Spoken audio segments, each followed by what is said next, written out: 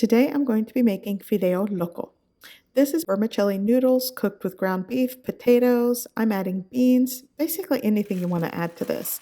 And growing up, we used the yellow box of vermicelli noodles, the Q&Q brand, but this is what I'm working with today.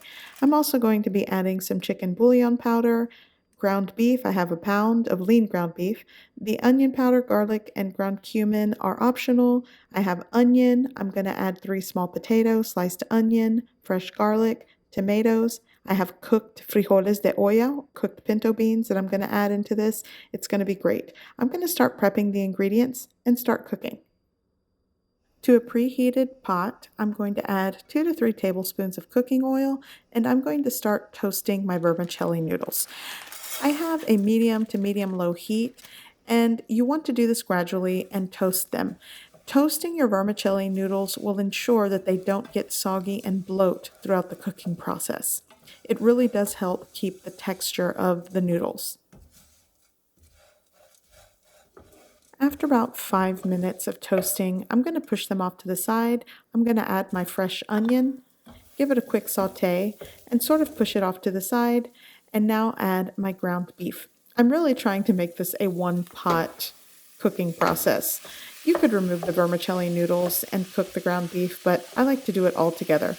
So I'm just cooking and breaking apart the ground beef on one side of the pot, and I'm going to add salt, probably around 1/4 teaspoon to 1/2 teaspoon of salt, some cracked black pepper, and now I'm going to add my garlic powder, onion powder, cumin, and the ground cumin I like to say is optional because some people don't like the flavor of that.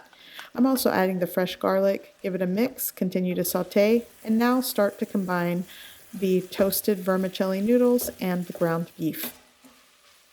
Once that's combined, toasted, and cooked, I'm going to add the potatoes, and you'll notice I cut the potatoes into small cubes. You want to do that. You want to make sure the potatoes cook through by the time everything is done. So I'm just going to give this a stir and saute. And now what I'm doing is working on my tomatoes. I'm going to take my fresh tomatoes. I've just halved them and added them to my blender cup, 1 cup of water, and I'm going to start with 1 tablespoon of the chicken bouillon powder. Cover that with a lid, and I'm going to puree this.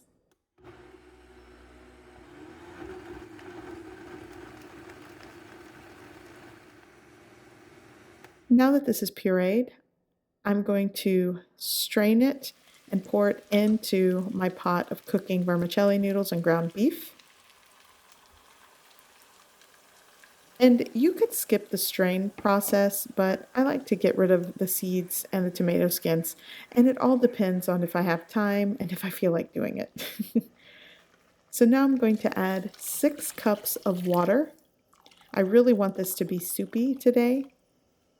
And you'll want to taste it for salt and seasoning, so I'm adding an extra tablespoon of the chicken bouillon powder, salt to taste, and pepper to taste. I'm going to give that a quick mix. And now I'm going to add the fresh epazote, like I said, that's optional, and just a sprig of cilantro.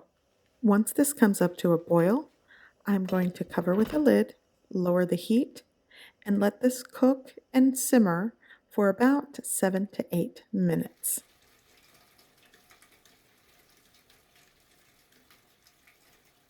After about 7 to 8 minutes, I'm going to add my cooked pinto beans. Now, if you already have a pot of beans on the stove that are cooked, you can just add a scoop of beans to your bowls that you serve for everyone. It all works.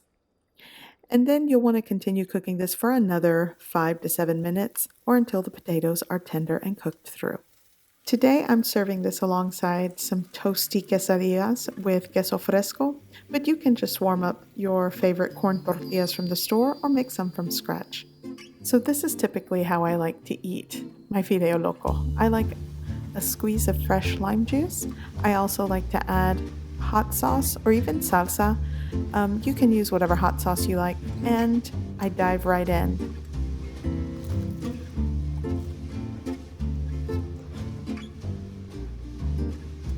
I hope you give this recipe a try.